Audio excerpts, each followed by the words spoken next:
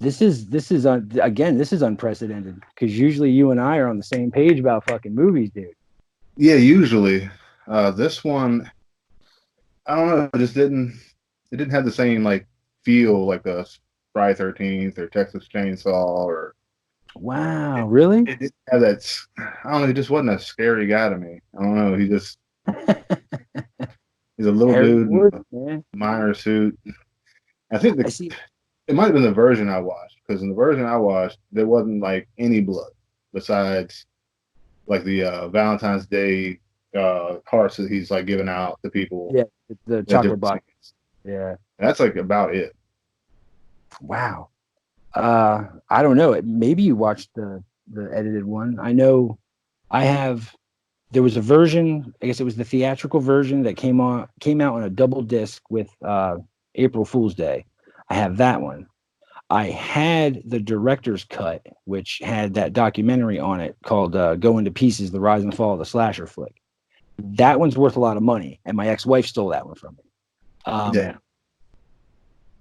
That has both versions on it. It has the PG-13, Lemmy Winks version, and then it has Yeah. the balls out director's version. It's not like an overly gory flick. Yeah, I Uh, was thinking about that because it being what 1981 when this was released, yeah, yeah. that they couldn't get away with as much as they can now. So it Oh probably yeah, had a lot absolutely. to do with it. Well, I know they had some problems with the MPAA, which is why they cut a bunch of scenes out. But uh, once you said that, I started, going over the film in my head, and I'm like, yeah, it's not very gory. When Mabel pops out of the dryer, Yeah, I uh, did see that. That was really cool. oh, she's all fucking. It always reminds me of Christopher Walken in Batman Returns when Batman finds him and he's all burnt the fuck up. And is Oh, like, okay, yeah, yeah. yeah, that's just me. I'm weird. What'd you think of the story? Like, you were just kind of like, eh. The story wasn't well. The acting was great. The story was pretty cool. Once you find out what's going on, when that's not till the end of the movie. Yeah. Um, I guess if it would have been, I guess, well, I guess you wanted to explain the whole thing in the beginning, but you didn't really realize what was going on until the movie was over. yeah, true. I've never heard it explained that way before. That's fucking funny. Because you don't know what's going on or anything until they finally find out who the killer really is. Who And did you most of the think the time, killer was? Did you think it was Harry Warden? Or were you like, nah, it's one of these fucking Canucks? yeah, I didn't think so because I was like, it's been that long and they can't find any information on this dude. I was like, nah, it's somebody else, Yeah. but couldn't really figure out who it was. So it was more like a who done it. Did you have any idea it was who it ended up being? Well, spoilers, kids. It's fucking Axel. Um, but like, did you think it was TJ at one time, or I wasn't because really that's sure. I the was one chick thinking in it. it was that one dude that was always trying to fight. Yeah, Axel. Yeah, Axel. Yeah, yeah, pretty yeah, sure it yeah. was him. Yeah, he was the one guy who was the most violent out of them. Yeah, he would pop off real quick, man. Like he would fucking, But now see, really, Chief Newbie, like just man. I mean, it was okay, but it just, I mean, even in the box office, it didn't do well. Had a Yeah, budget of 2.3 million Canadian, and only double its money in the U.S. to 5.7 million. Compare that to something like Friday the 13th Part Two in the same year, budget of 1 million and made 21.7 million. see, and I was But thinking, that's an established name. I did want to yeah, say that. yeah. Well, no, It's it's a franchise. That's guaranteed money. yeah, What was I gonna say? Because what it came out in '81, correct? yes, So yep. see, February 11th, 81. oh man, wow, right around Valentine's Day too. That's a shame. I was gonna say if it had come out in like '83, you know, Yeah, I would get it because that's the end of that slasher cycle, and people were just they just had enough. You know what I mean? They had yeah, they were pumping them hos out, right? yeah, they had what visiting hours. That's a hospital slasher movie. Like what? What is that? Yeah, Final Exam. There was a bunch of them back then.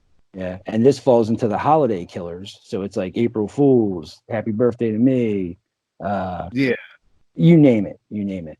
Um, I think the image of Harry Warden is cool because that's a yeah, really it could be a creepy costume because the gas mask and the fucking pickaxe and shit. And you hear that breathing. That's always kind of creepy. Yeah, yeah, especially with what everything that's going on now. The gas mask is kind of fitting. Yeah, right. You know, I always wondered why they never made a Harry Warden figure. Yeah, he would look pretty cool. I And put the him on. mine shaft thing was neat because I mean that's like getting them separated from the rest of the world would have no help. So that was pretty cool. Yeah, yeah, because that part when they actually get going into it, it's very disorienting. There's like that fucking big pool of water they think Axel drowns in. Uh, it's like there's a lot of pitfalls and shit down there. Yeah. I was happy the fat guy got killed. I really was pleased when that happened. Uh, I don't know Yeah, why. there was the one scene. What was it in the? It's like looks like showers, but like pipes are like squeezed together. That kill Yeah, was pretty cool, and the acting in yeah, the whole was good. yeah. This movie does have one of my favorite kills in horror movies. Is when the guy gets killed in the hot dog flavored water. That I just Yeah, yeah. man. It was. Like I said, like the version I watched, it looked like it had like 2 minutes cut off of it, so I didn't see completely what was going. You knew what happened. It was a pretty cool idea. Oh yeah, yeah, it's pretty neat. Uh, that's always fun to watch because she's real trashy.